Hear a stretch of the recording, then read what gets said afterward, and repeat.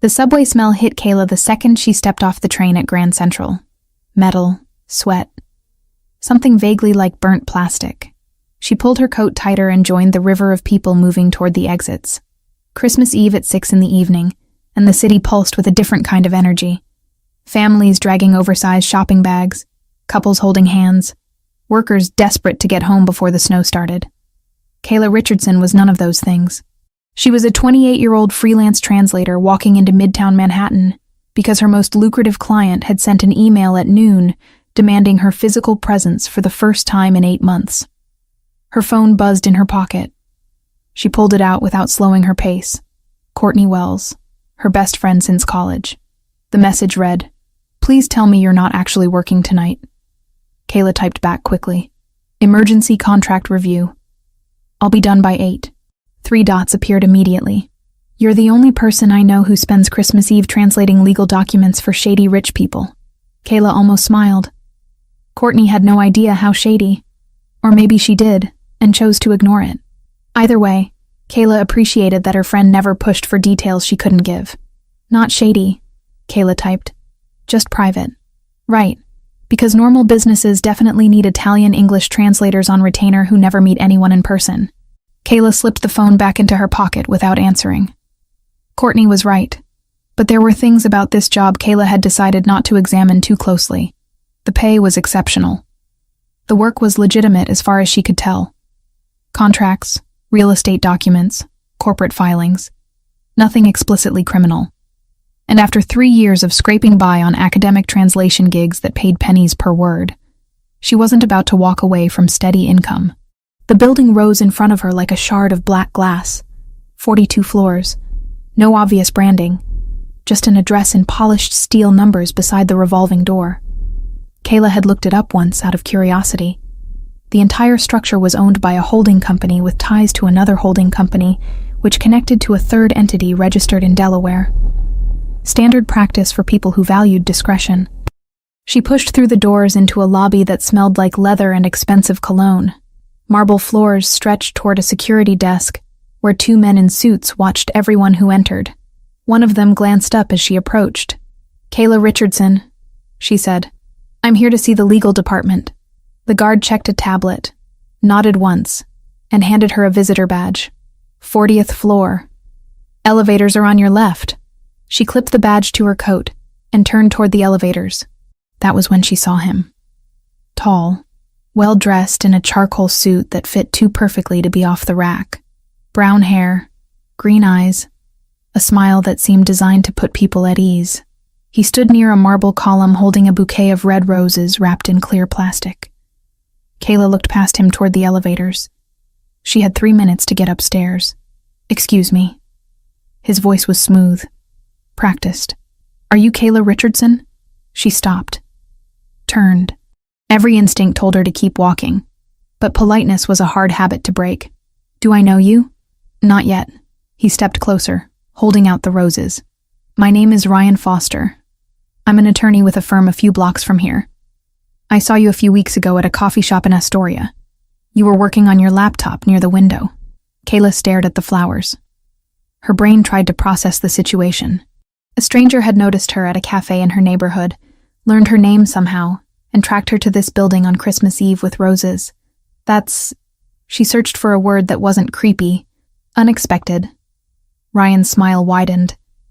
"I know how it sounds, but I asked around, found out you do translation work, and when I saw your name on the visitor log here, I thought it was fate." "You saw my name on the visitor log?" Kayla repeated slowly. "I have a client meeting in this building twice a month," Ryan said quickly. "I happened to be walking through the lobby when I saw you check in. I couldn't let the opportunity pass." Kayla glanced toward the security desk. The guards weren't paying attention. She looked back at Ryan. At the roses he still held out like an offering. Every part of this felt wrong, but she also knew that making a scene in the lobby of her client's building was a bad idea. So she did what years of being polite to men who didn't deserve it had trained her to do. She took the flowers. "Thank you," she said. "That's very kind, but I really need to get upstairs." "Of course." Ryan stepped back, still smiling. "Maybe I could take you to dinner sometime. I know a great Italian place in the city. You could help me practice my pronunciation. Kayla forced a smile she didn't feel. I'll think about it. She turned and walked toward the elevators before he could say anything else. The roses felt heavy in her hands. She wanted to drop them in the nearest trash can, but something stopped her. Maybe it was the idea that someone might see and think she was ungrateful. Maybe it was the awareness that she was being watched by cameras and guards, and people whose job was to notice unusual behavior. The elevator doors opened. She stepped inside and pressed the button for the 40th floor. As the doors began to close, she saw Ryan still standing by the column, watching her.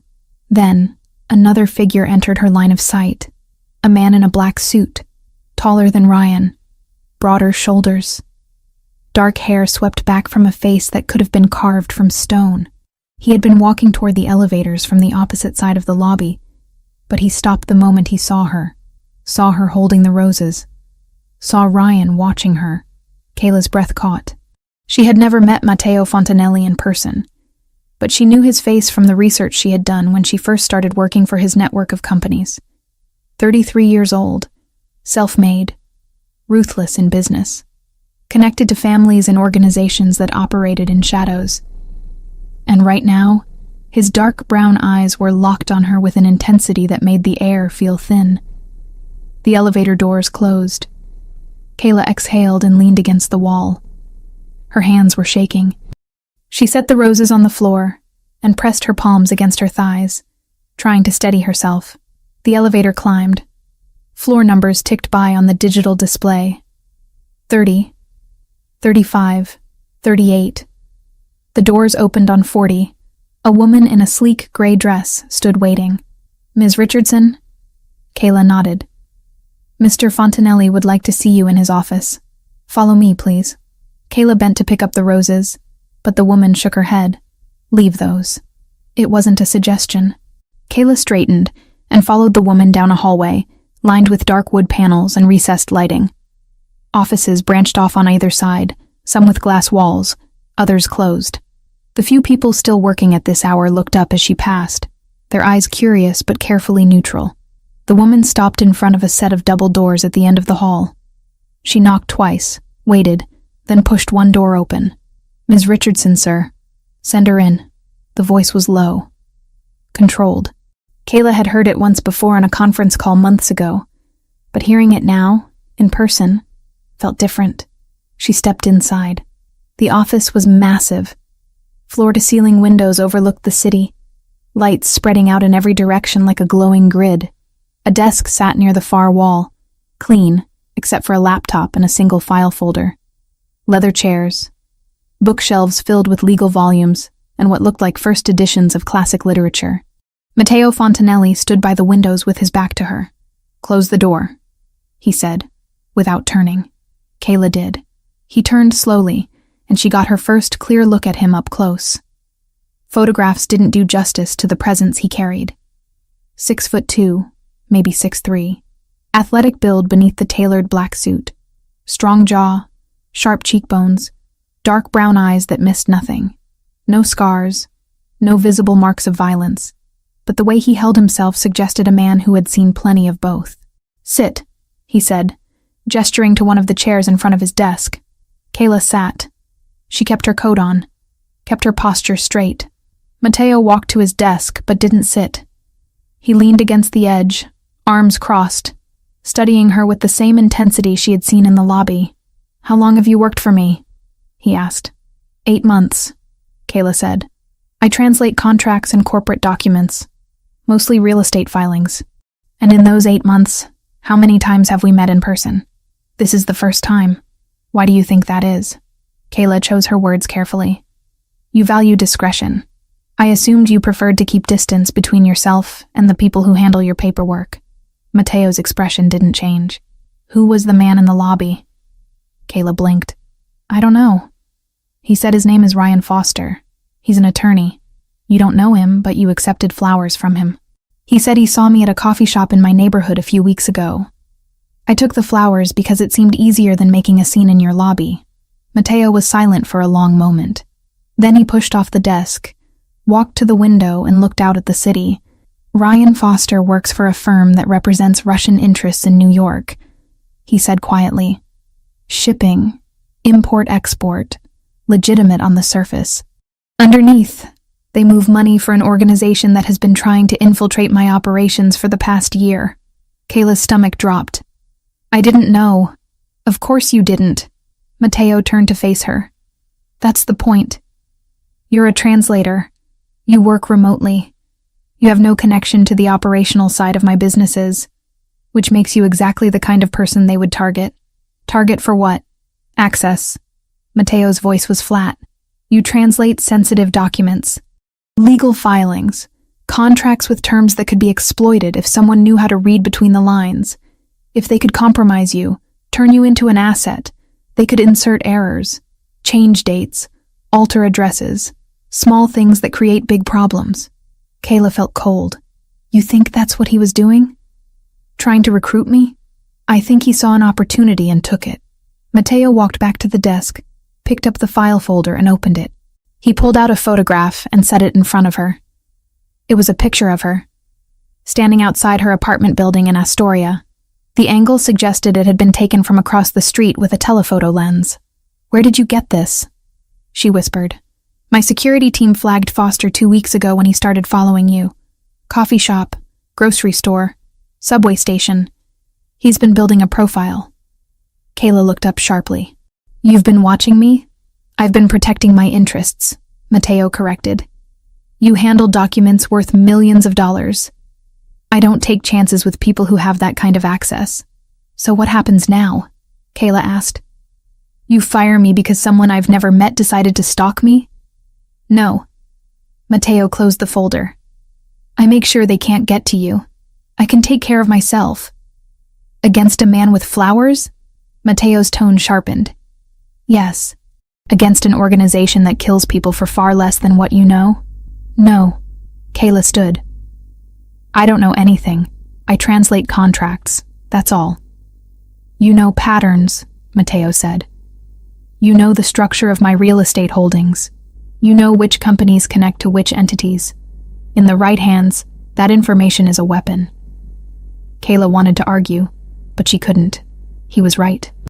She had spent 8 months translating documents that revealed exactly how Matteo Fontanelli's empire was built. She knew shell companies, tax havens, legal loopholes. She had never thought of herself as holding dangerous knowledge, but standing in this office, looking at a photograph of herself that she hadn't known existed, she understood that ignorance wasn't protection. What do you want me to do? She asked quietly.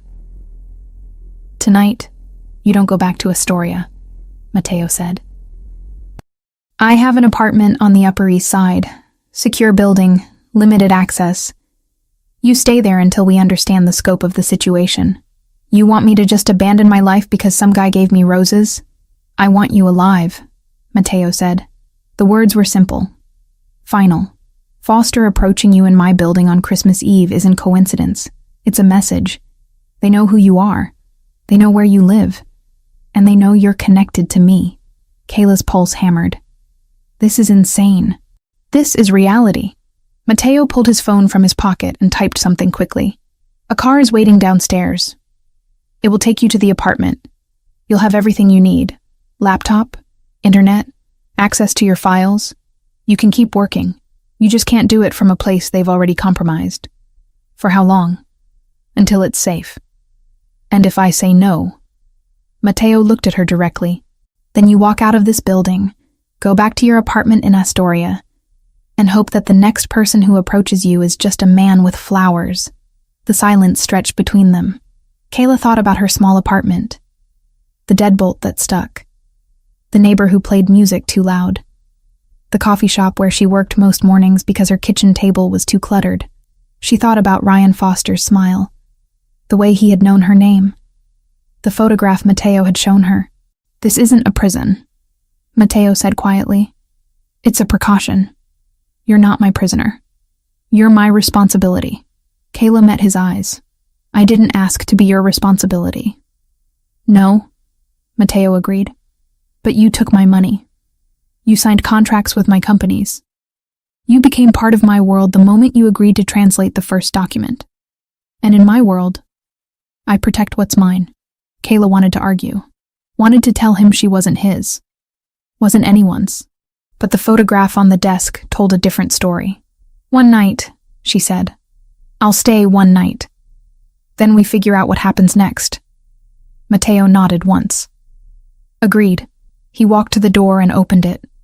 The woman in the gray dress was waiting outside. "Take Ms. Richardson to the car," Mateo said. "Make sure she has everything she needs." The woman nodded and gestured for Kayla to follow. Kayla picked up her bag and walked toward the door. She stopped beside Mateo, close enough to smell his cologne. Something dark and clean. "The roses," she said quietly. "I left them in the elevator." "Good," Mateo said. "You won't need them where you're going." The apartment on the Upper East Side was nothing like Kayla expected. She had imagined something cold, sterile, a holding cell dressed up with expensive furniture. Instead, she walked into a space that felt lived in despite its obvious luxury. Hardwood floors, wide windows overlooking a tree-lined street, a kitchen with marble counters and copper fixtures. 2 bedrooms, one with a desk already set up with a monitor and keyboard. The woman in the gray dress had handed her a key card and a phone number. "Anything you need, call this line. Someone will answer 24 hours a day." Then she left. Kayla stood in the middle of the living room and tried to process the past 3 hours. Christmas Eve in a stranger's apartment because a man with roses had turned out to be a threat she hadn't seen coming. She pulled out her phone and texted Courtney. "Change of plans. Staying in the city tonight. Long story. I'm fine." 3 dots appeared almost immediately. "Define fine." Kayla hesitated. "Safe. I'll explain later." She didn't wait for a response. She walked to the bedroom, set her bag on the chair, and sat on the edge of the bed. The mattress was firm. The sheets were crisp white cotton. Everything smelled faintly of cedar and something clean she couldn't name. Her phone buzzed. Not Courtney this time. An unknown number. She opened the message. "This is Fontanelli. The laptop is secure. Password is on a card in the desk drawer. Work files are already uploaded to the cloud. You won't miss deadlines." Kayla stared at the screen. He had thought of everything. She typed back quickly. "Thank you." No response. She stood and walked to the desk. Found the card exactly where he said it would be. Logged into the laptop and saw her entire directory of active projects waiting. Contracts, legal briefs, a real estate filing due the day after Christmas. For a moment, she felt the absurdity of it all. Sitting in a secured apartment on the Upper East Side, preparing to translate Italian property law while someone she had never heard of 3 hours ago was apparently stalking her. She opened the first document and started working. It was easier than thinking. Christmas morning arrived with pale winter light filtering through the windows. Kayla woke disoriented, unsure for a moment where she was. Then memory returned. The apartment, Matteo Fontanelli, Ryan Foster's smile. Her phone showed 2 missed calls from Courtney and a string of texts demanding details. Kayla sent a quick message promising to call later, then showered and dressed in the same clothes she had worn the night before. She was making coffee in the unfamiliar kitchen when someone knocked on the door. Kayla froze. The apartment was supposed to be secure. No one should be here. The knock came again. Firm. Patient. She walked to the door and checked the peephole. Matteo stood in the hallway holding a paper bag and 2 cups of coffee. Kayla unlocked the door and opened it halfway. "What are you doing here?" "Bringing breakfast," Matteo said. "And information you need to hear." She stepped back and let him in. He set the bag and coffee on the kitchen counter, then turned to face her. He wore dark jeans and a black sweater. No suit. No tie. It made him look younger. Less like the man who had interrogated her in his office, and more like someone who might actually celebrate Christmas like a normal person. "My team finished their analysis overnight," Matteo said. "Ryan Foster has been following you for 2 weeks. We have photographs of him outside your building in Astoria. Video from a cafe 3 blocks from your apartment. Subway footage showing him boarding the same train you take to Manhattan twice." Kayla felt her stomach turn. How was that possible? I would have noticed. "He's good at blending in," Matteo said. "And you weren't looking for him. Why would you be?" He pulled a tablet from the bag and handed it to her. The screen showed a series of images. Kayla outside her building. Kayla at a crosswalk. Kayla sitting in a cafe with her laptop open. When were these taken? She asked quietly. The earliest is from 2 weeks ago. The most recent is 3 days before he approached you in my lobby. Kayla set the tablet down. Her hands were shaking. What does he want? Access to you, which means access to the work you do for me. Mateo picked up one of the coffees and handed it to her. We also found evidence that someone tried to clone your phone. A phishing link sent from what looked like your bank's email address. Did you click on it? Kayla thought back. I got an email about suspicious activity on my account. I started to open it, but the link didn't work, so I deleted it. The link worked, Mateo said. It just didn't finish installing because your phone's security settings blocked it. If it had gone through, they would have had access to everything. Texts, emails, files. Kayla sat down heavily on one of the kitchen stools. This is insane. This is calculated, Mateo corrected. They identified you as someone with access to sensitive information. They researched your habits. They built a profile. And they sent someone charming to make contact in a way that wouldn't trigger suspicion. The roses, Kayla said quietly. The roses were theater, Mateo said. A performance designed to make you feel flattered, off balance, more likely to say yes to dinner, which would have led to drinks, which would have led to Ryan Foster slowly extracting information you didn't even realize you were giving. Kayla wrapped her hands around the coffee cup. The warmth helped. So what happens now? Mateo was quiet for a moment. I've already taken steps to protect your mother in Oregon. She has no idea, and she won't. But there are people watching to make sure no one approaches her. The way Foster approached you. Kayla looked up sharply. My mother? Why would they go after her? Because if they can't get to you directly, they'll look for leverage. Family is always leverage. She doesn't know anything about what I do. Doesn't matter, Mateo said. What matters is that you care about her, which makes her a potential pressure point. Kayla felt something cold settle in her chest. This wasn't just about her anymore. What else? Your email accounts have been scrubbed and encrypted. Any files you had stored locally have been moved to secure servers. Your phone has been wiped and restored with better security. He paused. And I need you to stay somewhere more secure than this apartment. Kayla frowned. You said this place was safe. It is. But safe and secure are different things. Mateo set his coffee down. This building has good security, but it's not built for the kind of threat we're dealing with. My penthouse in Midtown is. Reinforced structure. Limited access. People I trust absolutely. You want me to move into your home, Kayla said slowly. I want you somewhere I know you're protected, Mateo said. You can keep working. Keep your routine. The only thing that changes is the address. Kayla stood and walked to the window. Below, the street was quiet. A few people walking dogs. A car idling at the curb. Everything looked normal, peaceful, but she knew now that normal was an illusion. How long? She asked without turning around. Until we neutralize the threat. And how long will that take? I don't know, Mateo admitted. But I'm not willing to gamble with your life while I figure it out. Kayla turned to face him. This isn't just about protecting an asset, is it? You're worried about something bigger. Mateo held her gaze. The Russians have been trying to gain ground in New York for over a year. Every move they make is part of a larger strategy. If they're targeting you, it's because they see an opening. I need to close that opening before it becomes a door. And what happens to me when this is over? You go back to your life, Mateo said, with better security, better awareness, and the knowledge that you're not as invisible as you thought you were. Kayla considered this.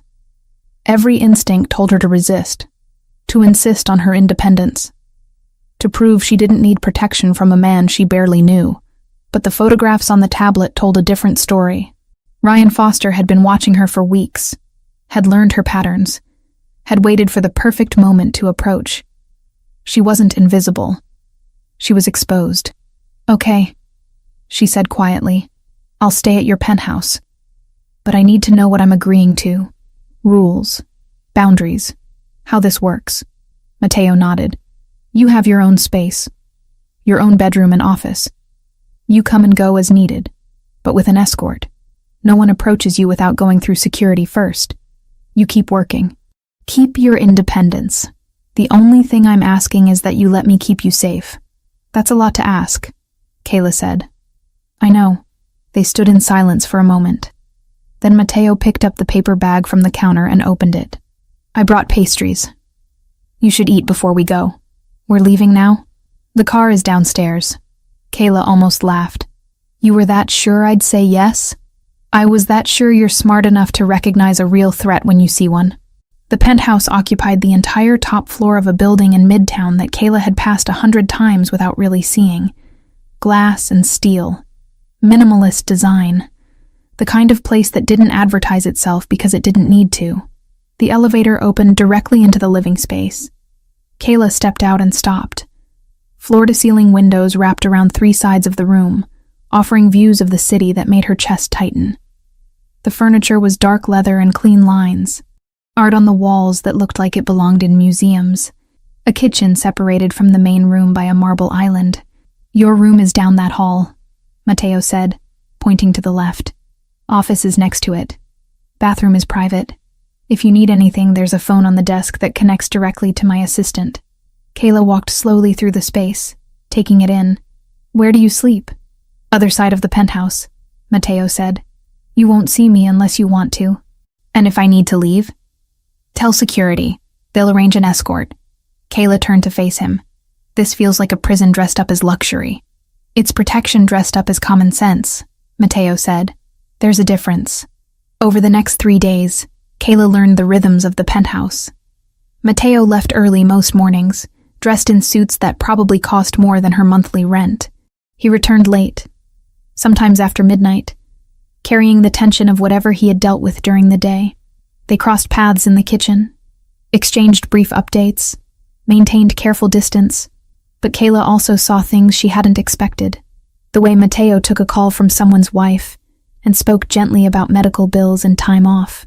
The way he read contracts with the same meticulous attention she brought to translations. The way he stood at the windows late at night, staring out at the city like a man carrying weight no one else could see. On the second night, they ended up in the kitchen at the same time. Kayla was making tea. Mateo was reheating something that smelled like Italian food. You cook? She asked. Sometimes, he said, when I have time. I didn't think people like you cooked. Mateo glanced at her. People like me? Rich, powerful, surrounded by staff who probably do everything for you. I grew up in Brooklyn, Mateo said, in a neighborhood where you learned to cook because takeout was expensive and groceries were cheap. Old habits. Kayla poured hot water over her tea bag. I grew up in Oregon, small town. My mom worked 2 jobs. I learned to cook because if I didn't, we didn't eat. Mateo pulled his food from the microwave and leaned against the counter. What does your mother do now? She's a school librarian. Retired last year. Spends most of her time gardening and complaining that I don't visit enough. When did you see her last? Thanksgiving, Kayla said. I flew out for 3 days. It wasn't enough, but it was all I could afford. Mateo was quiet for a moment. The security watching her is discreet. She won't know they're there. And when this is over, I'll make sure she stays protected. Why? Kayla asked. She's not your responsibility. She's your mother, Mateo said simply, which makes her connected to someone who works for me. That's enough. Kayla studied him. You're not what I expected. What did you expect? Someone colder. More. She searched for the word. Detached. I'm detached when I need to be, Mateo said, but not with people who matter. Do I matter? The question hung in the air between them. Mateo set his food down and looked at her directly. You wouldn't be here if you didn't. On the 3rd day, Christmas had passed into memory, and the city returned to its usual rhythm. Kayla worked through the morning on a complex real estate contract, cross-referencing terms between English and Italian until her eyes burned. She took a break around noon and found Mateo in the living room, standing by the windows with his phone pressed to his ear. He was speaking in Italian. Fast, sharp, the kind of tone that left no room for argument. When he saw her, he ended the call and slipped the phone into his pocket. Problem? Kayla asked. Nothing that concerns you. Everything in this penthouse concerns me now, she said. I'm living in the middle of your world.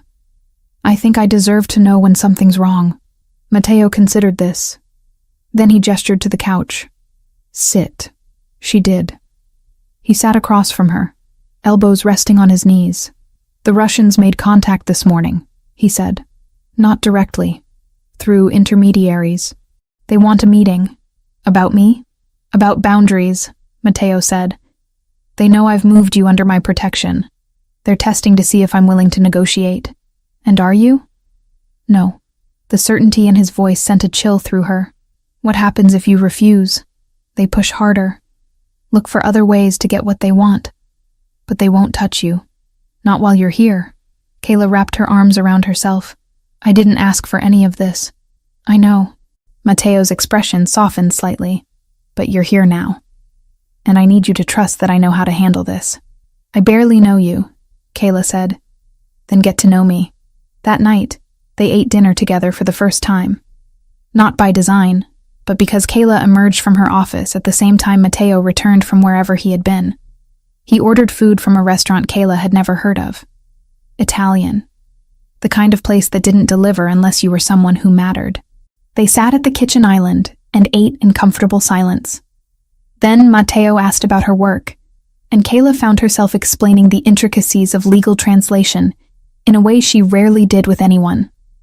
He listened, asked intelligent questions, understood nuances most people missed. When she asked about his day, he hesitated. Then he told her about a negotiation that had gone badly, about an ally who had betrayed a confidence, about the constant calculus of power and loyalty that defined his world.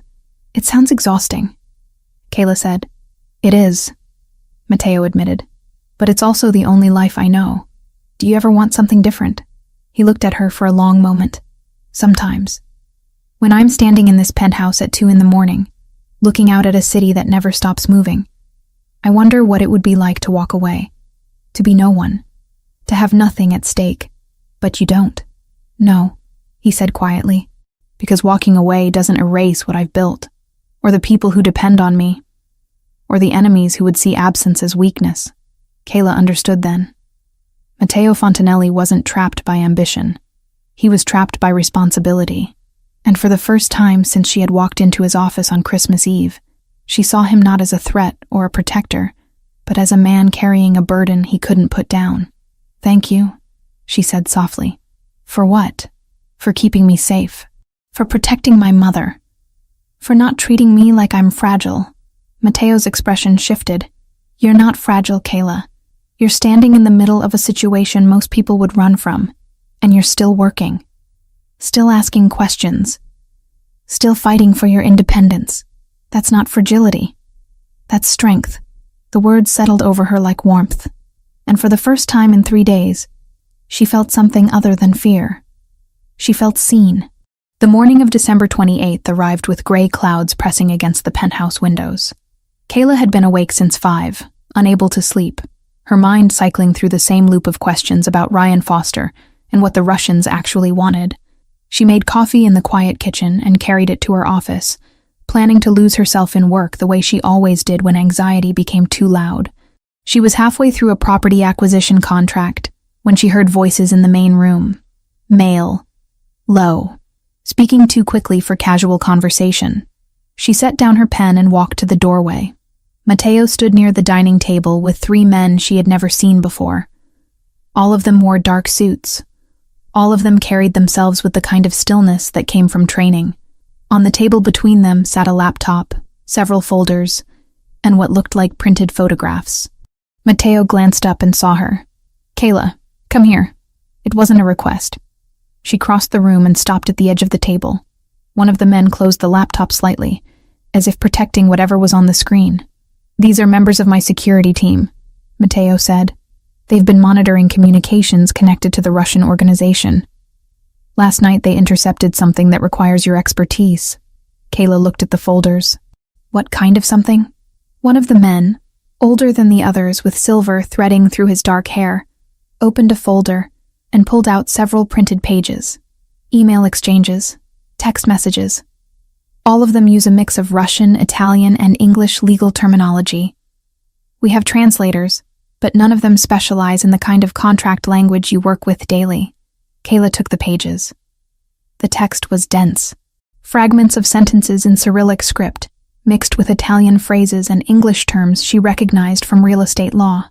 Dates, addresses, references to the event, and updated documentation.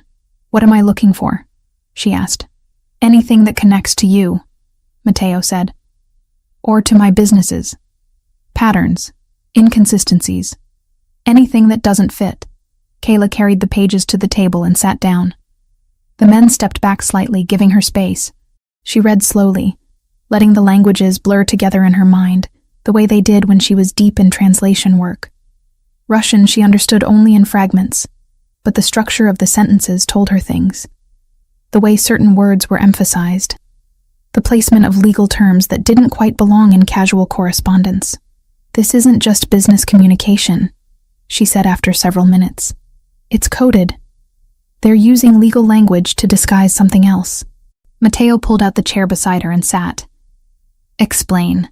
Kayla pointed to a phrase in Italian. "This term here, it's used in property transfers when you're describing a change in designated use. But in this context, it doesn't make sense. They're not talking about property. They're talking about an event. The New Year's Gala," Matteo said. "Maybe." Kayla flipped to the next page. "But look at this. The word for venue is wrong. It's the formal term you'd use in a contract, not in an email between colleagues. And here, the date format switches between American and European style mid-sentence. That's not a mistake. That's intentional." One of the security men leaned forward. "Why would they code it that way?" "Because anyone intercepting these messages would see business correspondence," Kayla said. "Legal jargon. Property terms. Nothing that raises immediate red flags. But if you know what to look for, the inconsistencies create a second layer of meaning." Matteo was very still beside her. "Can you decode it?" "I can try." Kayla looked at the stack of papers. "But I'll need access to all the documents I've translated for you over the past 8 months. If they're using terminology from your actual contracts, I need to see the source material to understand how they're twisting it." Matteo pulled out his phone and typed quickly. "You'll have everything within the hour." The work consumed the next 2 days. Kayla barely left the dining table. Matteo's team brought her files, emails, intercepted text messages, anything that contained the mix of languages she had identified. She cross-referenced terms, built spreadsheets, traced patterns in the way certain phrases appeared and reappeared across different communications. Matteo worked beside her, not hovering, not questioning every decision, just present. He brought coffee at regular intervals, ordered food she barely touched, answered questions about his business operations when she needed context for what she was reading. On the second night, close to midnight, Kayla found it. "Here," she said, her voice rough from hours of not speaking. She pushed a printed invitation across the table to Matteo. "This is the official invitation to your New Year's Gala. The one your office sent to investors and political contacts 3 weeks ago." Matteo picked it up. "I've seen this. What about it?" Kayla laid a second document beside it. "This is a version that was sent to 6 specific people on your guest list 5 days ago. It looks identical. Same letterhead, same signature, same RSVP information. But look at the address." Matteo's eyes narrowed. He compared the 2 documents side by side. "The street number is different. By 2 digits, Kayla said. "Easy to miss if you're not paying attention. The venue in the official invitation is the Plaza Hotel. The venue in this version is a building 2 blocks away. Older, less secure, probably owned by someone connected to the Russians." One of the security men swore quietly. Matteo set the documents down carefully. They were going to split the event, send key targets to a secondary location, where they'd be vulnerable, Kayla said. No security, no witnesses they couldn't control. Just 6 high-value people walking into what they thought was your gala. How did they get access to the invitation template? Matteo asked. Kayla pulled up another file on the laptop. They didn't. They recreated it. But they used contract language from documents I translated to make it look authentic. Specific phrasing. Legal terms that only appear in your official communications. That's why it feels right, even though it's fake. Matteo leaned back in his chair. The tension in his shoulders was visible even through the expensive fabric of his shirt. They were using your work to legitimize fraud. And if it had worked, Kayla said quietly, 6 people would have disappeared on New Year's Eve, and everyone would have assumed they went to your event. By the time anyone realized the mistake, it would have been too late. The room was silent except for the hum of the laptop and the distant sound of the city beyond the windows. Can we fix it? Mateo asked. Kayla nodded. We send a correction. A technical update citing a printing error in the original batch. Include the correct address. Make it sound routine. Most people will just update their calendars and move on. And the ones who receive the fake version? They'll think it was a mistake on their end, or they'll call to confirm. Either way, they won't walk into a trap. Mateo pulled out his phone and made a call. The conversation was brief. Italian. Clipped sentences that Kayla didn't try to follow. When he ended the call, he looked at her directly. My assistant is drafting the correction now. It'll go out within the hour with a personal follow-up to the 6 targets. He paused. This wouldn't have been possible without you. You understand that? Kayla felt heat rise in her face. I just read documents. That's what I do. You saw a pattern my entire security team missed, Mateo said. You connected language across multiple communications and identified a threat before it could materialize. That's not just reading. That's intelligence work. One of the security men nodded. He's right. We've been staring at these intercepts for days. We knew something was off, but we couldn't see it. Kayla looked down at the papers scattered across the table. Weeks of work.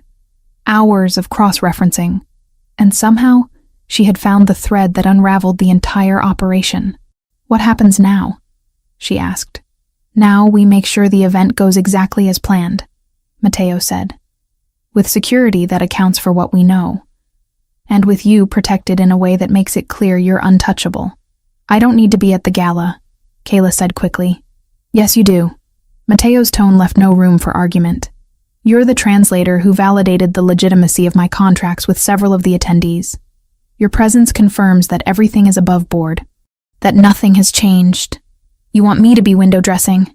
I want you to be visible, Mateo corrected, so that anyone watching understands you're not hiding. You're not compromised. You're exactly where you're supposed to be. Kayla wanted to argue, but the logic was sound. If she disappeared now, it would raise questions, create suspicion. The Russians would know their plan had been discovered, and they'd adjust. Find another angle, another vulnerability. Fine, she said, but I'm not pretending to be something I'm not. If I go to this gala, I go as myself, a translator, not arm candy. Mateo's expression shifted. Something that might have been respect flickered across his face. Agreed. Over the next several hours, they worked through the details. The correction went out. Responses came back confirming receipt. 3 of the 6 targets called personally to verify the address change, which Mateo's assistant handled with smooth professionalism. By dawn on December 30th, the trap had been dismantled before it could close. Kayla stood at the windows, watching the city wake up. Behind her, she heard Mateo dismiss his security team, heard the elevator doors close, then footsteps approaching. He stopped beside her, close enough that she could feel the warmth radiating from him, close enough that if she turned, they'd be face to face. You should get some sleep, he said quietly. So should you. I will. Eventually, they stood in silence. The city spread below them. Millions of people moving through their lives with no idea what had almost happened, what had been prevented by a translator who knew how to read between lines written in 3 languages. Mateo, Kayla said without turning, why did you really bring me into this? You could have kept me locked in a safe apartment somewhere.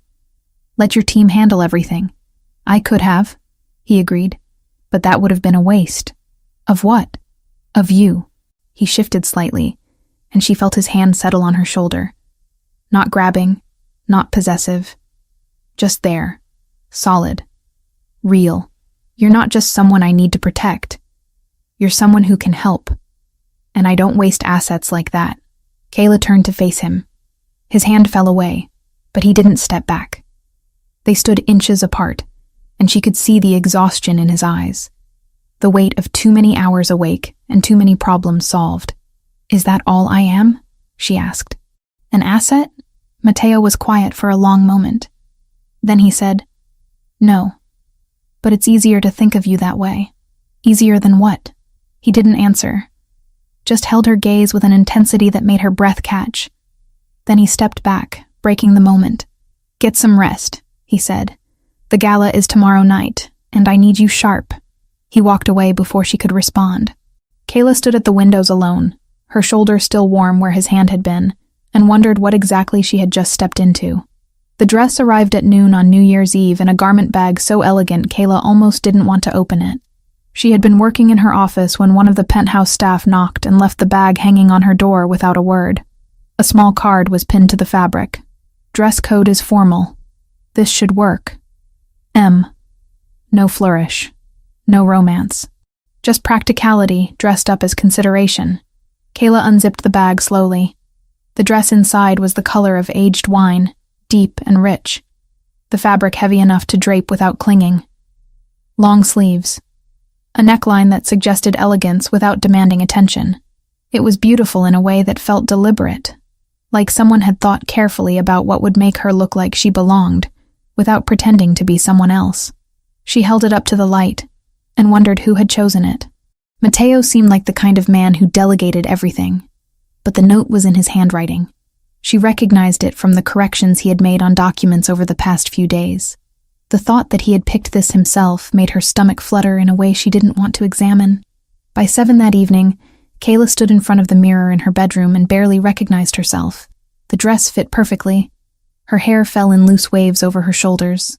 Makeup, minimal but deliberate.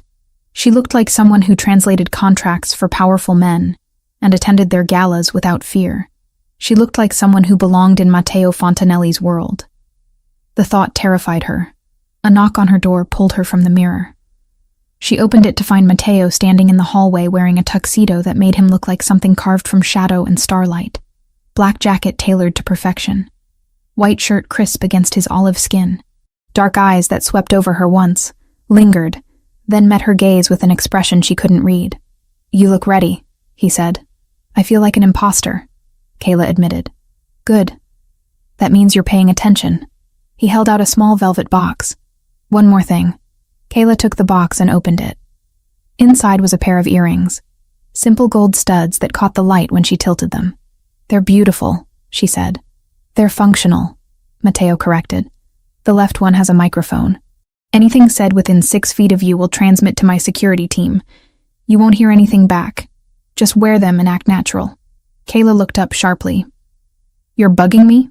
"I'm protecting you," Mateo said. "There's a difference.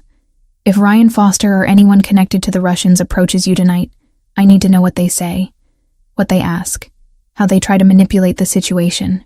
Kayla set the box down on the dresser. "And if I say no, then you stay here while I handle the gala alone. But we both know that's not an option. Your presence matters.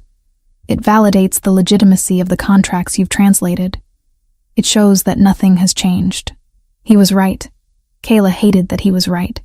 She picked up the earrings and put them on slowly, watching herself in the mirror as the small gold studs settled into place. "How do I know you're not listening to everything I say all the time?" she asked. "You don't," Mateo said simply. "You have to trust me." Kayla turned to face him. "That's asking a lot." "I know." The car ride to the Plaza Hotel took 20 minutes through traffic that moved slower than usual because of the holiday. Kayla sat beside Mateo in the back of a black sedan, with windows tinted so dark she could barely see out. 2 security vehicles flanked them, one in front and one behind, forming a convoy that drew stares from pedestrians on the sidewalk. "Is this really necessary?" Kayla asked. "Tonight it is," Mateo said without looking away from his phone. "We dismantled their plan, but that doesn't mean they've given up. They'll be watching to see how we respond, looking for weaknesses, and I'm the weakness." "You're the variable they didn't account for," Mateo corrected. He slipped his phone into his pocket and turned to look at her. "They expected me to hide you, lock you away somewhere safe while I dealt with the threat. Instead, you're walking into the center of it wearing a dress that says you're not afraid." "I am afraid," Kayla said quietly. "Then you're smarter than most people in that ballroom tonight." The plaza rose in front of them like something out of another era. Golden light spilled from tall windows. A red carpet stretched from the entrance to the curb where valets waited to open car doors. Photographers lined the edges despite the cold, cameras ready to capture whoever emerged. "Are they going to take my picture?" Kayla asked. "Probably," Mateo said. "Smile if you want. Ignore them if you don't. Either way, don't stop moving until we're inside." The door opened. Mateo stepped out first, buttoning his jacket with the kind of fluid grace that came from a lifetime of being watched. Then he turned and offered his hand. Kayla took it. The cameras started flashing immediately. Questions shouted in English, and Italian blurred together into noise. Kayla kept her eyes forward and let Mateo guide her up the red carpet with his hand resting lightly at the small of her back. Not possessive, just present. Inside, the noise faded into something softer. Music drifted from the ballroom. Voices layered over each other in a dozen languages. The air smelled like expensive perfume and champagne. "Stay close," Mateo said quietly. "I'll introduce you to a few key people, then you're free to move around. But don't leave the ballroom without telling security first." "Do I have security?" "3 people. You won't see them unless you need to." The ballroom was overwhelming. Crystal chandeliers hung from a ceiling painted with scenes Kayla didn't have time to examine. Tables draped in white linen surrounded a dance floor where a live band played something jazzy and sophisticated. Waiters circulated with trays of champagne and hors d'oeuvres that looked more like art than food. Kayla counted at least 200 people. Politicians she recognized from news broadcasts. Business executives whose faces appeared in financial magazines. Women wearing jewelry that could fund small countries. Men whose handshakes carried the weight of empires. And somewhere in this crowd was Ryan Foster. Mateo introduced her to 3 different groups over the next hour. Each time he explained her role simply. "Kayla Richardson. She handles my Italian contract translations. Best in the city." No one questioned it. No one looked at her like she didn't belong. They shook her hand, made small talk about the challenges of legal translation, and moved on to other conversations. It was almost disappointingly normal. By 9:30, Kayla had claimed a glass of champagne she had no intention of drinking, and positioned herself near one of the tall windows overlooking Central Park.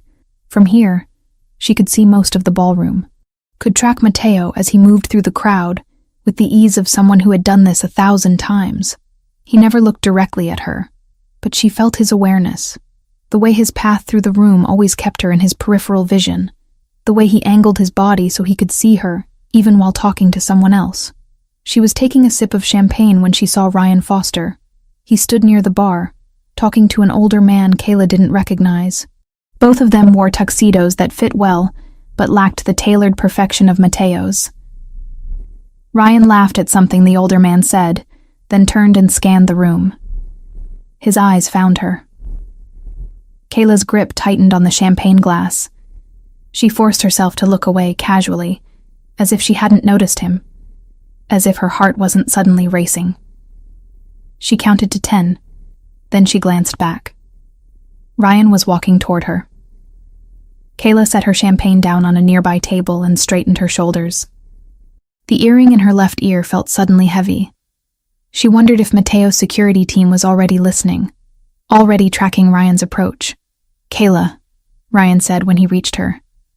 His smile was warm, practiced. "I didn't expect to see you here."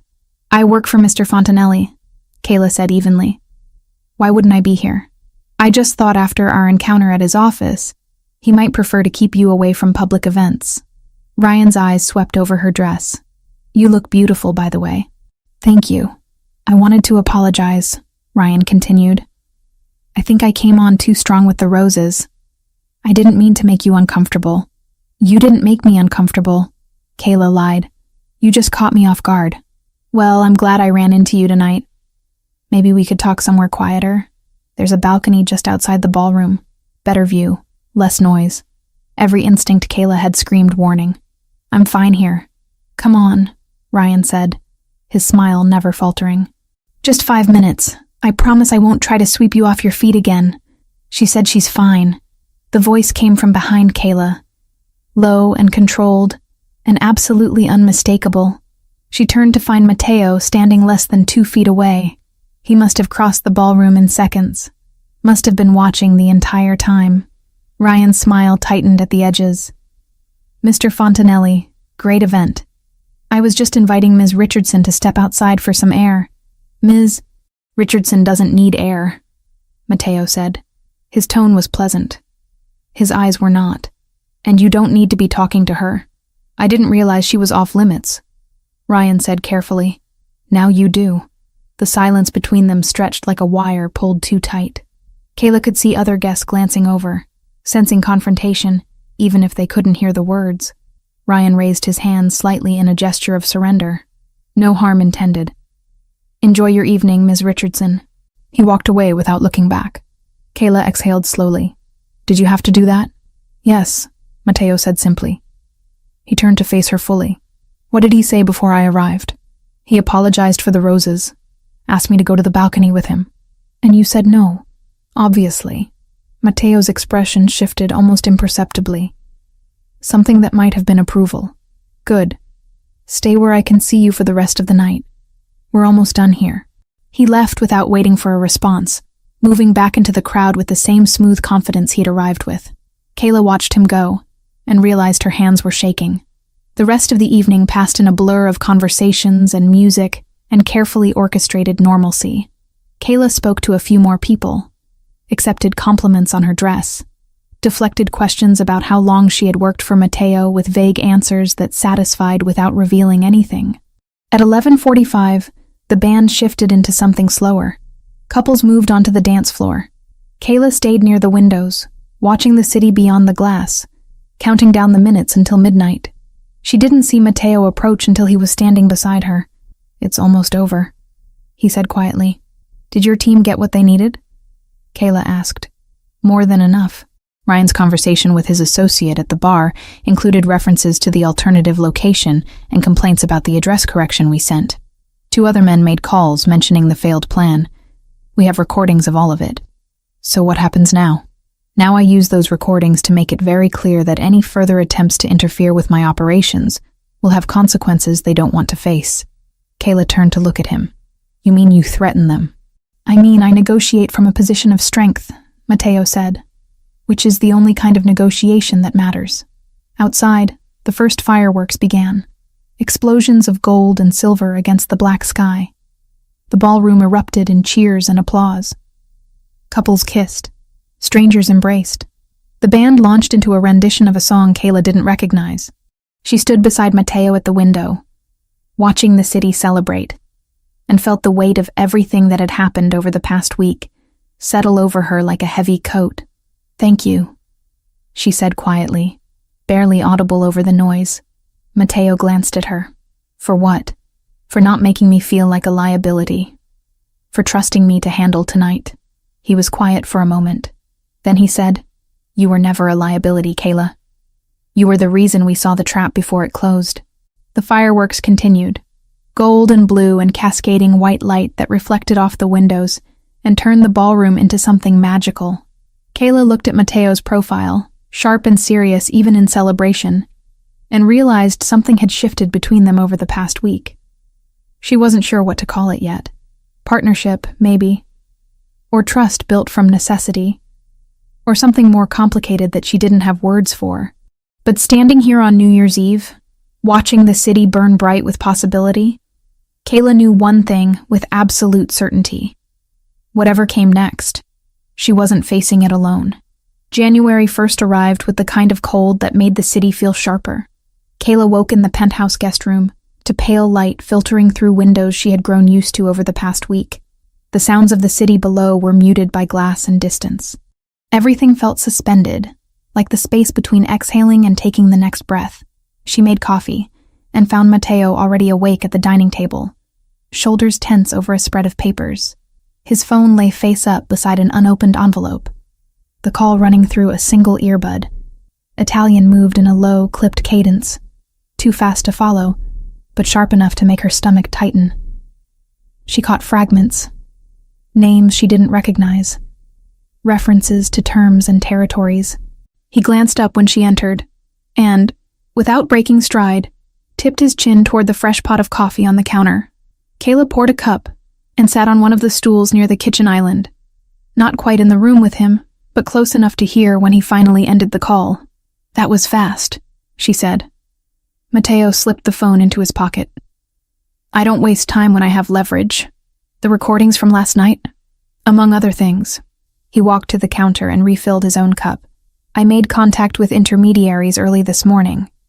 Laid out what we have.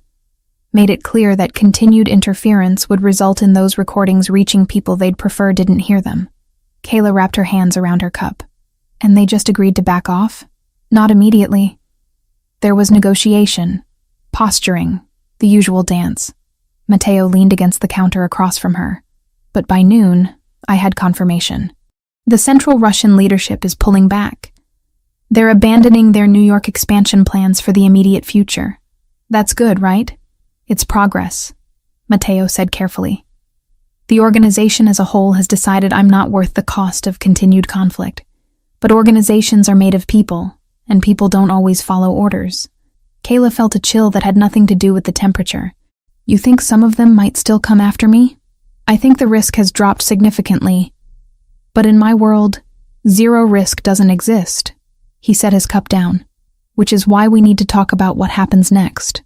Over the next hour, Mateo laid out the situation with the same methodical precision he applied to everything. The main Russian operation had agreed to retreat. Ryan Foster had been handed over to his own people. Though what that meant specifically, Mateo didn't elaborate, and Kayla didn't ask. Evidence of the attempted fraud at the gala had been distributed to key players as a warning. "The central structure is contained," Mateo said, "but there's always the possibility of independent actors, small cells that operate without direct oversight, people who might see an opportunity for revenge or advancement. So I'm still in danger," Kayla said. "You're in significantly less danger than you were a week ago," Mateo corrected. "The difference is between an organized threat with resources and planning, and the possibility of opportunistic individuals who lack both." He walked to the windows overlooking the city. Morning light cut across his profile, highlighting the sharp line of his jaw and the tension he carried in his shoulders, despite the victory he had just described. "I can keep you here indefinitely," he said, without turning. "Maintain the same security protocols. Keep you isolated until I'm absolutely certain there's no residual threat. But," Kayla prompted, "but you have a life, a home, independence you value." He turned to face her. "And keeping you locked in this penthouse starts to look less like protection and more like something else." Kayla understood what he wasn't saying. The line between safety and control was thinner than either of them wanted to admit. "What do you recommend?" she asked. Mateo pulled out his phone and showed her a document.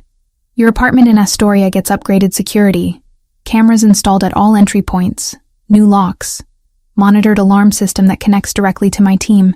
There will be a car on your street 24 hours a day with 2 people who know your face and your routine. You'll have an emergency contact that gets you immediate response if anything feels wrong." Kayla scanned the document. The level of detail was staggering. Entry protocols, evacuation routes, response times calculated to the minute. "This seems excessive for someone who's no longer in immediate danger," she said. "It's proportional to the value of what I'm protecting," Mateo replied. "I'm a translator. You're someone who helped dismantle a threat to my operations. That makes you worth protecting regardless of your job title." Kayla looked up from the phone. "And if I want to go back? To my apartment, my routine, my life? Then you go back," Mateo said simply. "With the security measures in place, with the understanding that you call if anything feels off, and with the knowledge that this isn't me abandoning responsibility. It's me trusting your judgment." The weight of that trust settled over Kayla like something physical. For the past week, Mateo had made every decision about her safety, had controlled her environment and her movements with absolute authority. Now he was handing that control back to her, not because the threat had vanished, but because he believed she was capable of navigating what remained. "When can I leave?" she asked. "Whenever you're ready. The security upgrades are already complete."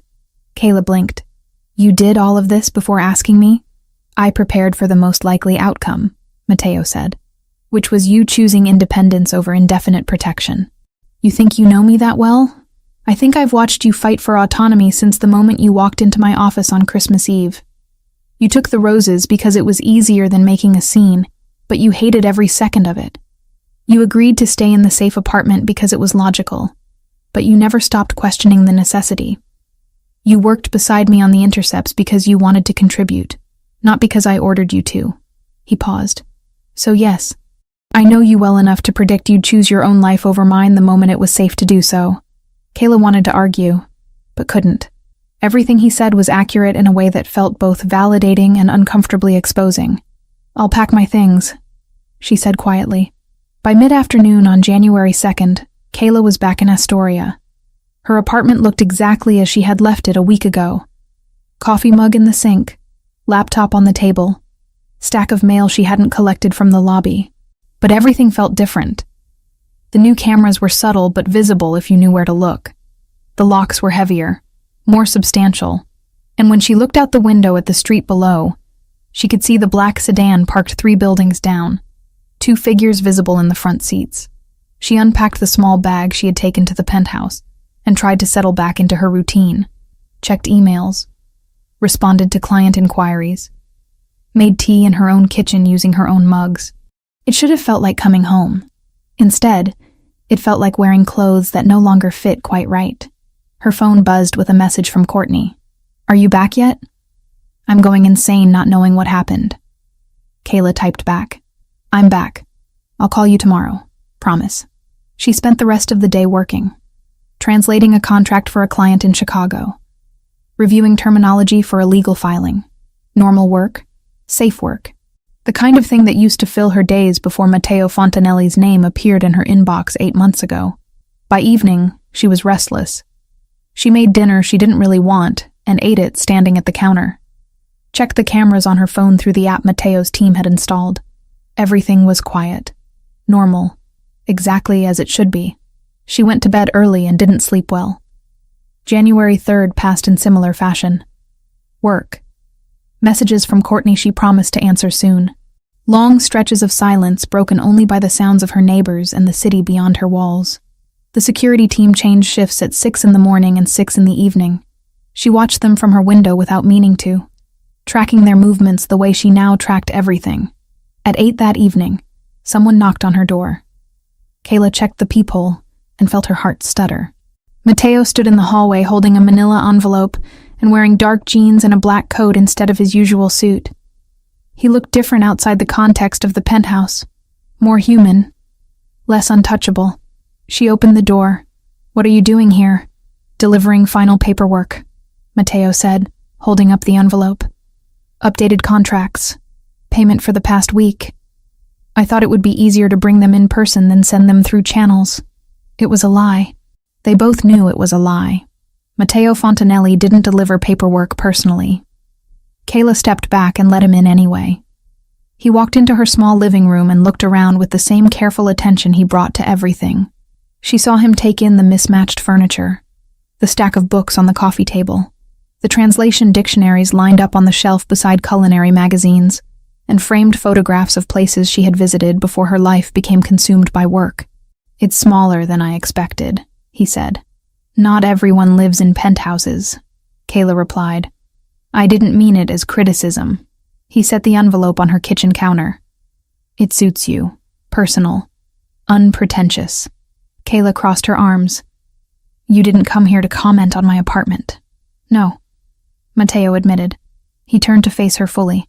I came because I wanted to make sure you were actually okay. That returning here was the right choice. You could have called. I could have. He didn't move closer, but his presence filled the small space in a way that made the apartment feel even smaller. But I needed to see it for myself. See what? That you're safe. That the security measures are working. That you're not regretting the decision. Kayla studied his face, the tension in his jaw, the way his hands stayed loose at his sides, even though every line of his body suggested coiled readiness. This wasn't just a boss checking on an employee. This was something else. Why does it matter so much? She asked quietly. Matteo was silent for a long moment. When he spoke, his voice was lower than usual. Rougher. Because when I saw you holding those roses in my lobby, something in me went cold. Not angry, Not strategic, just cold. Like someone had taken something that was supposed to be mine, and I hadn't even realized it mattered until it was threatened. Kayla's breath caught. I'm not yours. I know. He took a single step closer. Which is why I'm standing here instead of demanding you come back to the penthouse. Why I'm giving you space instead of assigning guards to your door. Why I'm trying to do this the right way. Even though every instinct I have says to lock you somewhere I know you're absolutely safe. This? Kayla repeated. What is this? I don't know yet, Mateo said. But it's not just business. It stopped being just business sometime between you decoding those intercepts and standing beside me at the gala looking like you belonged there. Kayla felt something twist in her chest. You're my employer. I am. Which is why I'm not going to touch you tonight. Not going to push for something you might feel obligated to give because of the power imbalance between us. He held her gaze steadily. But I need you to know that what I felt when I saw Ryan Foster approach you wasn't professional concern. It was personal. And I'm not going to pretend otherwise. The honesty in his voice cut through every defense Kayla had built over the past week. She thought about the way he had worked beside her in the penthouse. The way he had trusted her intelligence instead of just her obedience. The way he had given her choices even when keeping her locked away would have been easier. I felt seen, she said quietly. These past few days. Like I was more than just someone who processes documents. Like my thoughts mattered. My skills mattered. I mattered. You did. You do. And now I'm back here, and it feels wrong. Like I left something important behind. Mateo's expression shifted. What did you leave behind? I don't know. Partnership, maybe. Or just the feeling that I was part of something bigger than translating contracts in my apartment alone. You are part of something bigger, Mateo said. You proved that when you found the pattern no one else saw. When you stood in that ballroom and refused to be intimidated. When you chose to trust me even though you had every reason not to. Kayla took a step toward him, then another. The space between them collapsed to inches. She could smell his cologne, could see the faint shadow of stubble along his jaw, could feel the heat radiating off him in the cool apartment. What happens now? She asked. Now you tell me what you want, Mateo said. And I'll either give it to you or explain why I can't. Kayla thought about the past week, about fear and trust, and the strange intimacy that came from working beside someone who saw you as an equal, about the way her apartment felt empty without the sound of Mateo's voice in the next room. I want to know if this is real, she said. If what I'm feeling isn't just gratitude or proximity or some kind of trauma response, it's real, Mateo said simply. At least on my end. I don't confuse business with personal. I don't protect people because I want something from them. I protect people because they matter. And you matter more than you should. More than I should. More than is smart. More than is safe. More than makes sense given that we've known each other for a week. He lifted his hand slowly and brushed his thumb along her jaw. But real anyway. Kayla closed her eyes at the touch. When she opened them again, Mateo was watching her with an intensity that made her knees weak. I'm not asking for anything tonight, he said quietly. I just needed you to know where I stand, so you can decide where you want to stand. He stepped back, breaking the contact, picked up the envelope from the counter and set it on the table beside her. Payment and contracts are in there. You're still on retainer if you want to be. And if you decide you want to explore whatever this is between us, you call me. Not because I'm your employer, but because you want to. He walked to the door and paused with his hand on the knob. The security stays in place regardless. You're protected whether we're just business partners or something more. That doesn't change. Then he left before she could respond. Kayla stood in her apartment, listening to his footsteps fade down the hallway. Heard the elevator doors open and close. Walked to the window and watched him emerge onto the street below. Saw him speak briefly to the security team in the sedan, then climb into his own car. She pressed her palm against the cold glass and made a decision. Kayla spent January 4th trying to settle into a routine that refused to settle. She worked through the morning on a contract amendment, made lunch she picked at without appetite, and answered 3 texts from Courtney before finally agreeing to a video call at 2 p.m. Courtney's face filled the screen, concerned and impatient in equal measure. Okay, you've stalled long enough. What the hell happened? You disappear on Christmas Eve with some vague text about staying in the city, then go radio silent for over a week. Kayla leaned back against her couch. It's complicated. I gathered that from your complete inability to give me a straight answer. Courtney's expression softened slightly. Are you in trouble? Not anymore. Maybe. I don't know. That's not reassuring, Kay. Kayla ran her hand through her hair. Remember the client I've been translating for? The one who pays really well, but I never meet in person. The mysteriously wealthy Italian businessman. Yeah. Turns out his world is more complicated than real estate contracts. Kayla gave Courtney an edited version of the past 10 days. The roses. Ryan Foster. The security threats. The gala. She left out details that felt too dangerous to say aloud even over an encrypted call, but gave enough that Courtney could understand the shape of what had happened. When she finished, Courtney was silent for a long moment. Then she said, So you're telling me you're involved with a man who has enemies dangerous enough that you needed armed guards? I'm not involved with him, Kayla corrected. Not exactly. But you want to be. Kayla hesitated. Maybe. Kay, this is insane. You know that, right? This isn't some romance where the dangerous guy turns out to be misunderstood. This is real danger. Real consequences. I know. Kayla pulled a pillow onto her lap. But he also protected me when he didn't have to. Trusted me with information that could have gotten me killed if I'd mishandled it. Gave me choices instead of just making decisions for me. That's literally the bare minimum of decent behavior. In his world, it's more than most people get. Courtney sighed. What does your gut tell you? Kayla thought about Matteo standing in her apartment 2 nights ago. The honesty in his voice when he admitted what he felt. The way he had walked away instead of pushing for something she might have given out of obligation or confusion.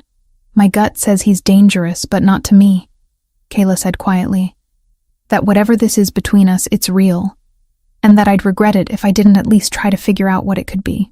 And if it goes wrong, if his enemies come back, if you get caught in something you can't control, then at least I'll know I made the choice myself instead of letting fear decide for me.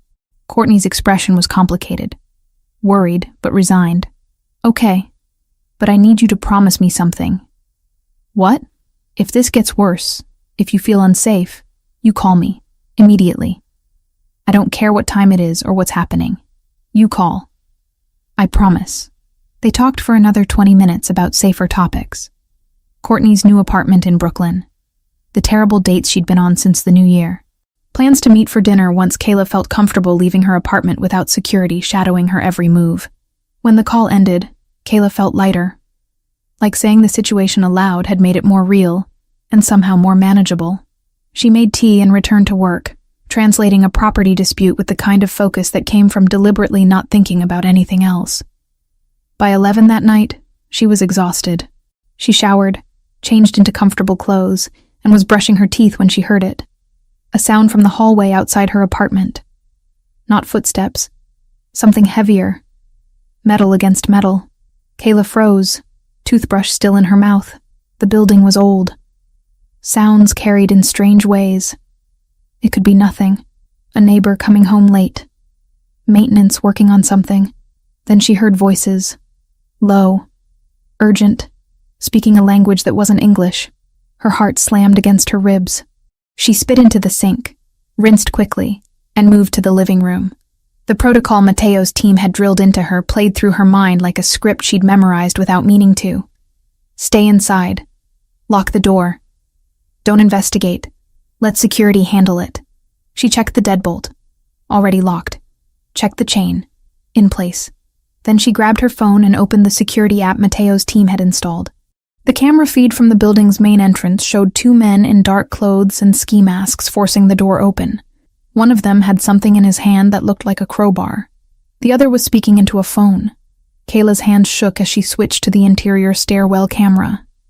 The 2 men were already inside, moving up the stairs with purpose. Her apartment was on the 3rd floor. She dialed the emergency number Matteo had given her. It rang once before someone answered. Ms. Richardson. Male voice. Calm. We see them. Stay inside. Lock your bedroom door and move away from windows. How long until? 90 seconds. We're already in the building. The line stayed open. Kayla moved to her bedroom, locked the door, and pressed herself against the wall farthest from the window. She could hear her own breathing, too fast and too loud, could hear the blood rushing in her ears. Then she heard something else. Footsteps on the stairs, faster now, running, shouting in Russian. A heavy thud, then another. Silence.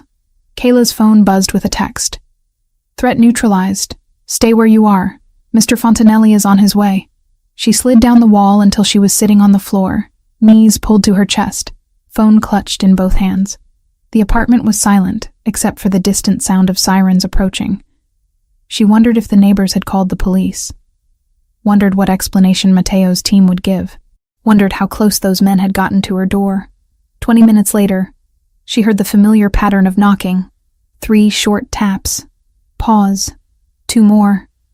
The signal Mateo's team had established, so she'd know it was them. Kayla unlocked the bedroom door, walked through her apartment on legs that barely held her weight, and checked the peephole. Mateo stood in the hallway. Not his security team. Him. She fumbled with the locks and chain, got the door open. He stepped inside and locked everything behind him before turning to look at her. Are you hurt? He asked. Kayla shook her head. Words felt impossible. Through the frosted glass of the hallway window, she caught a brief flicker of blue and red reflecting off the opposite wall. Then it was gone. Mateo followed her gaze, his expression tightening into something calculated. They're already leaving, he said quietly. My men met them downstairs. Attempted break-in. No injuries. No reason for anyone to come up here. He didn't sound proud. He sounded practical, like he was sealing a door that should never have been opened in the first place. Mateo crossed the space between them in 3 steps and pulled her against his chest, not asking permission, not giving her space to refuse, just wrapping his arms around her and holding on like she might disappear if he let go. Kayla pressed her face against his shoulder and felt something break open inside her. The fear she'd been holding back since she heard that first sound in the hallway. The terror of knowing someone had been trying to reach her. The understanding that if Mateo's security hadn't been watching, those men would have succeeded. She didn't cry, just stood there shaking while he held her. One hand pressed against the back of her head, the other solid against her spine. I'm sorry, he said quietly. I underestimated them. The main organization pulled back, but I should have anticipated independent cells, smaller groups operating without oversight. Your team stopped them, Kayla said against his shoulder. Before they even got close. They got into your building. That's too close. He pulled back just enough to look at her face. His eyes were darker than usual, fury tightly controlled beneath careful composure. Pack a bag, he said. You're not staying here tonight. Mateo, this isn't negotiable. His voice was firm but not harsh. Those men are being handled. The police will be told they were attempting a robbery, but there's no guarantee they were working alone. I'm not leaving you here while we figure that out. Kayla wanted to argue, wanted to prove she could handle this.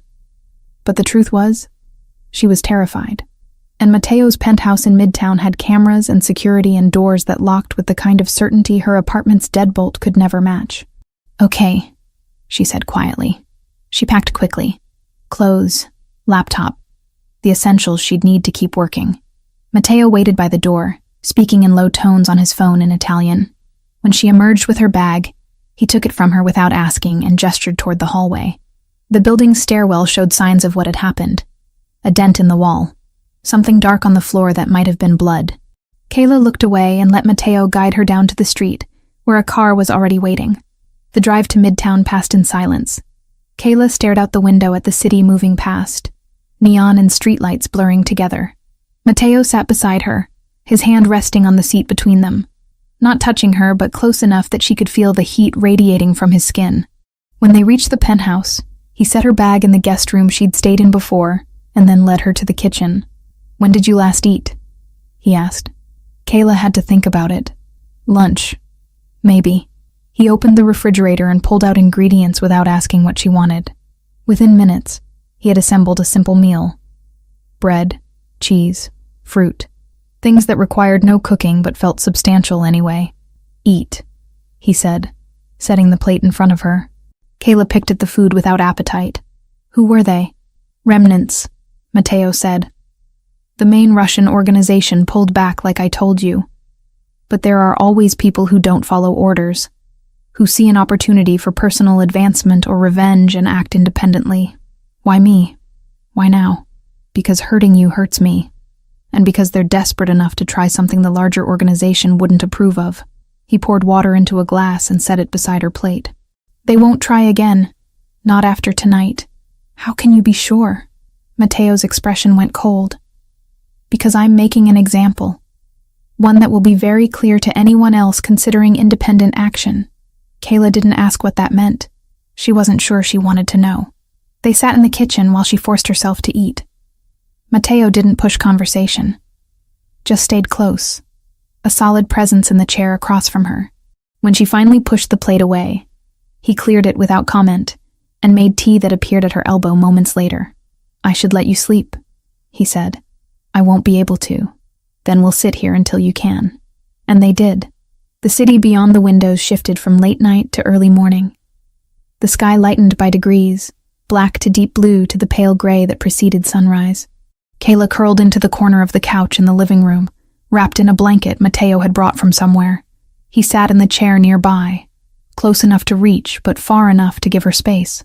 At some point, exhaustion won. Kayla's eyes drifted closed. When she opened them again, pale gold light filled the room, and Mateo was still there, watching the sunrise with the same intensity he brought to everything else. You didn't sleep, she said, her voice rough. I don't need much. Kayla sat up slowly, the blanket pooling around her waist. Mateo. He turned to look at her. I don't want to keep running from this, she said. From whatever this is between us. I spent all day yesterday trying to convince myself that going back to my normal life was the right choice, that keeping distance from you was safer, smarter. It probably is, Mateo said quietly. I don't care. Kayla stood and crossed to where he sat. I don't want safe if safe means pretending I don't feel something real. I don't want smart if smart means walking away from the first person who's made me feel like I matter in years. Mateo's eyes never left her face. What are you saying? I'm saying I want to try this. Whatever this is. I want to build something with you that isn't just survival or protection or business. She took a breath. I want partnership. Trust. Something real. Mateo stood slowly. They were inches apart now. Close enough that Kayla could see the gold flecks in his dark eyes. Could feel the tension radiating off him like heat. You understand what that means, he said. My world. My enemies, the constant calculation of risk. I understand that I'd rather face all of that with you than spend the rest of my life wondering what we could have been. Mateo lifted his hand and traced his thumb along her jaw. The touch was gentle, reverent, like she was something precious he was afraid to break. I can't promise it will be easy, he said. I'm not asking for easy. I'm asking for honest. Then honestly, Mateo said, his voice dropping lower. I haven't been able to stop thinking about you since the moment I saw you holding those roses.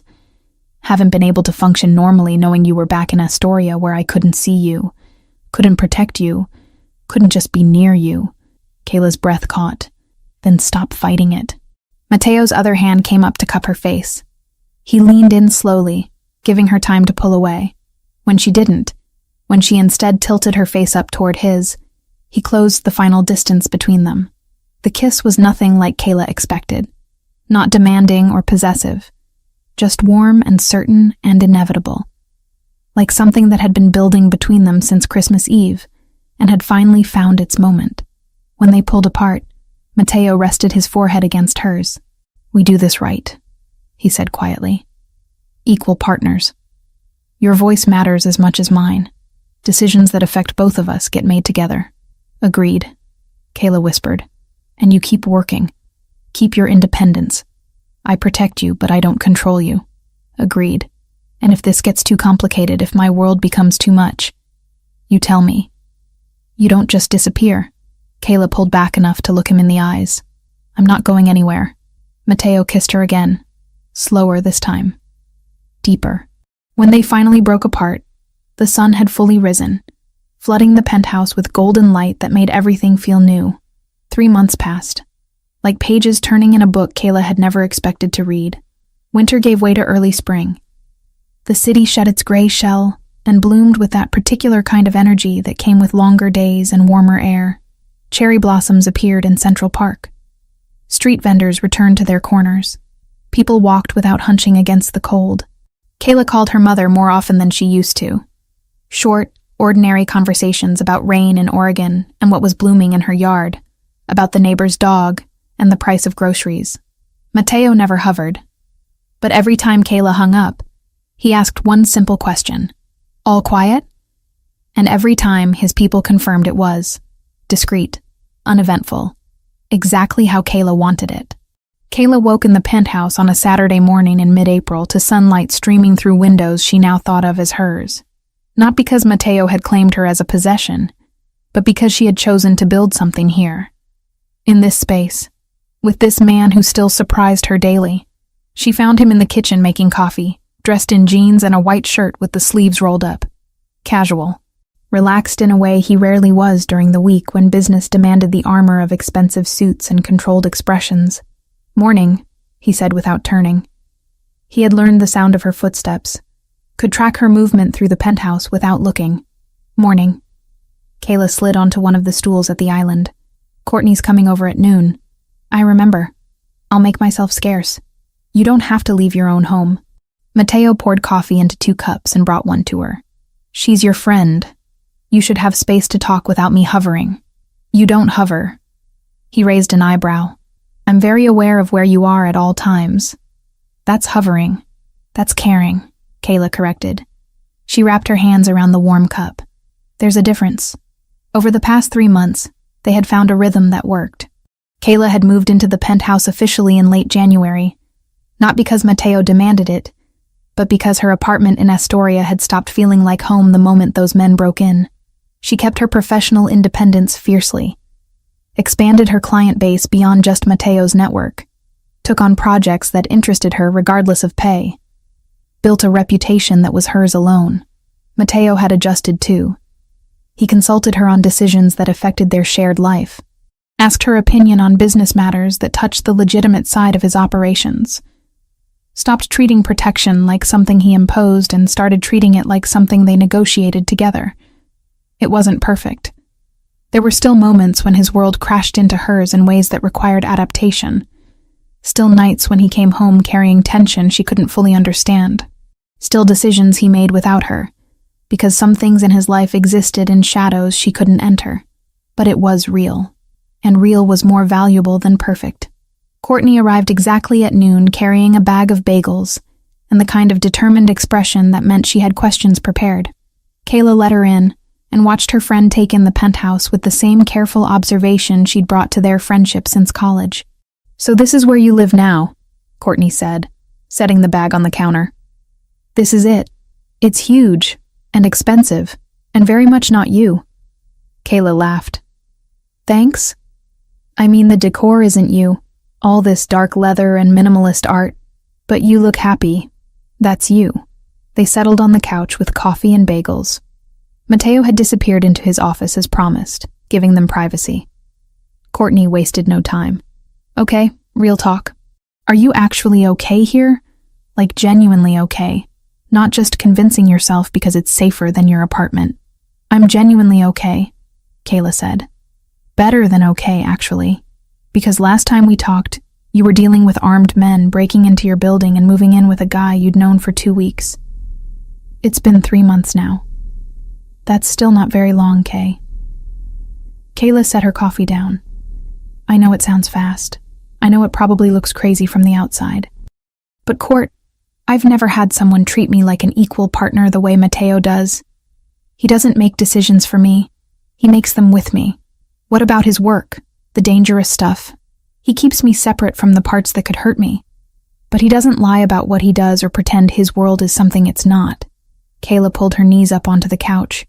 I have my own work, my own clients, my own income. I'm not dependent on him financially or emotionally. I'm here because I choose to be.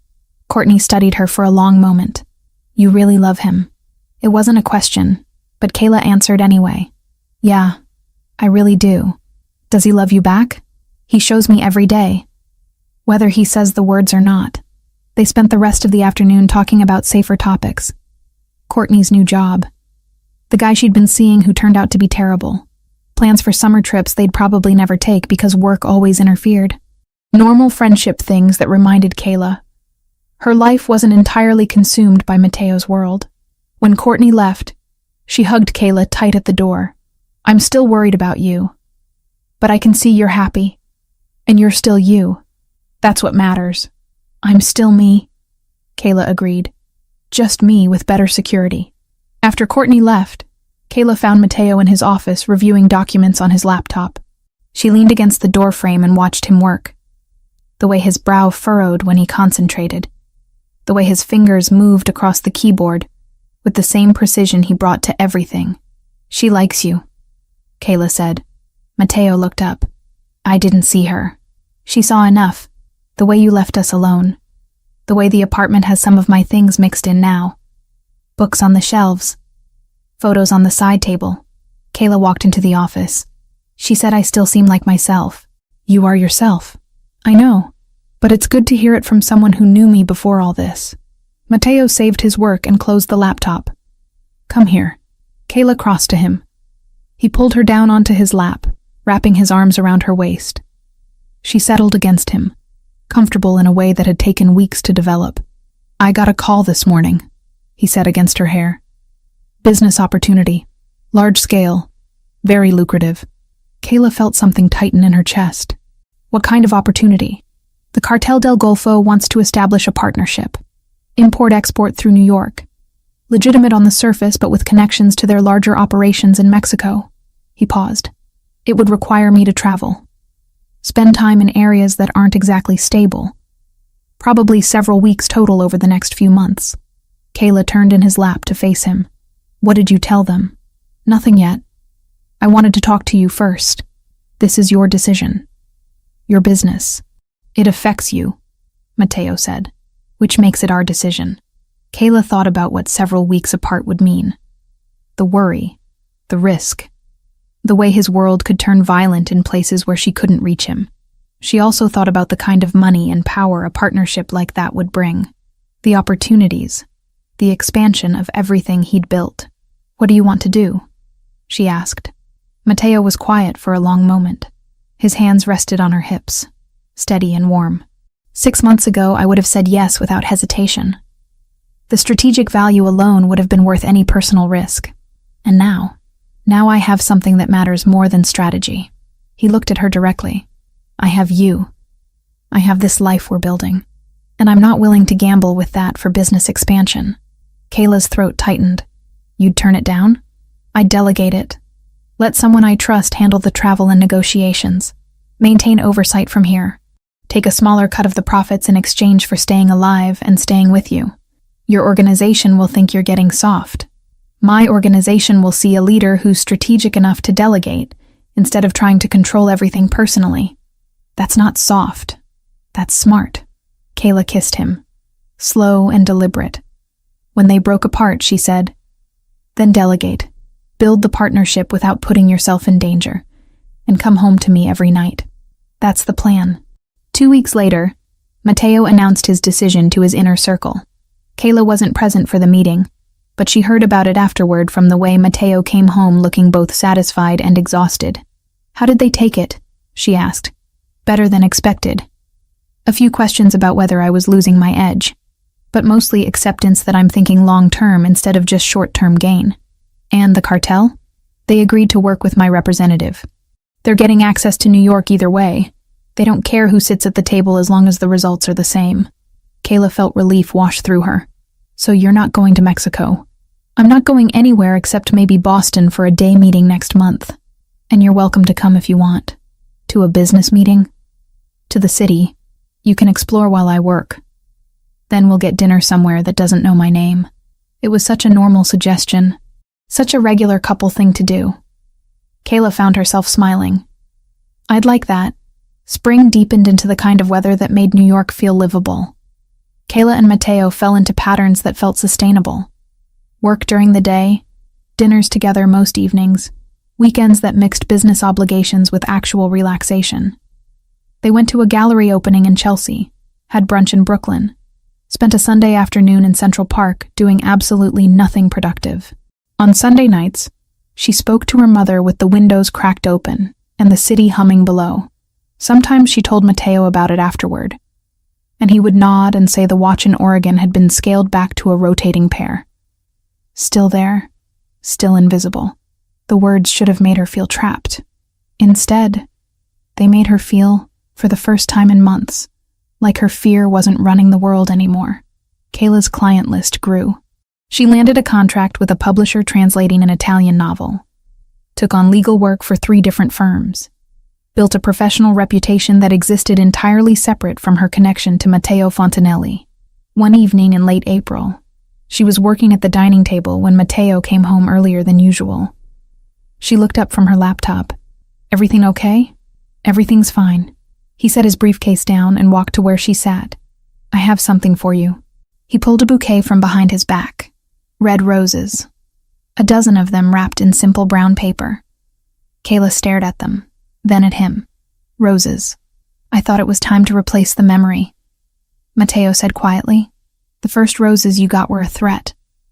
A manipulation. These are a choice. From me to you. Because I want to give them.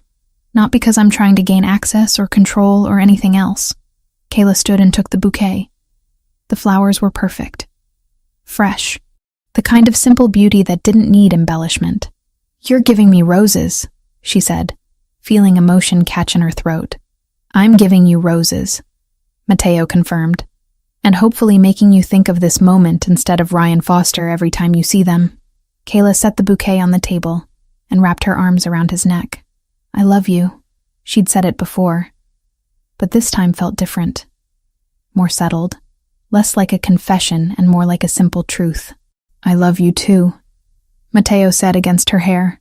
"Even when you laugh at me for being jealous. Even when you challenge every decision I make. Even when you refuse to let me protect you the way I want to. Especially then," Kayla corrected. "Especially then," he agreed.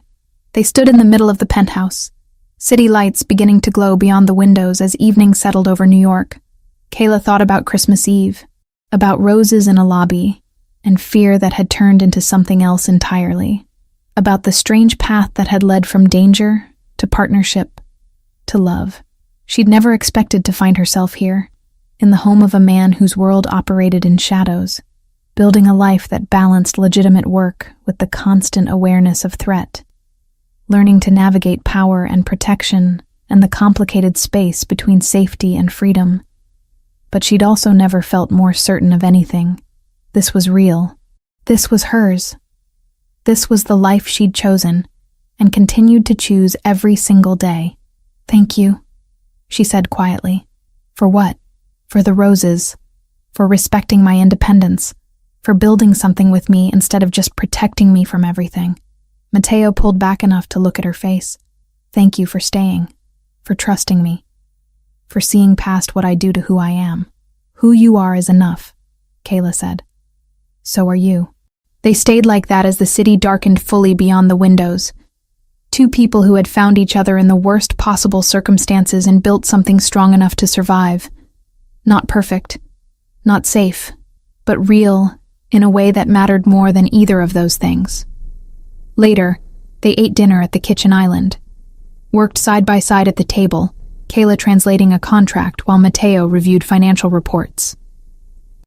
Moved through the evening with the comfortable rhythm of people who had learned each other's patterns and chosen to build a life around them. Before bed, Kayla arranged the roses in a vase and set them on the table where she could see them while she worked. A reminder that danger could transform into something beautiful, that protection could evolve into partnership, that love could grow in the most unexpected soil if you gave it room to breathe. And when Matteo pulled her close that night, she fell asleep knowing that whatever came next, they would face it together. Equal partners in a world that rarely allowed for equality, building security not through isolation or control, but through trust and choice, and the stubborn belief that love was worth fighting for, even when it came wrapped in roses from a mafia boss who had learned to share power instead of just wielding it, especially then.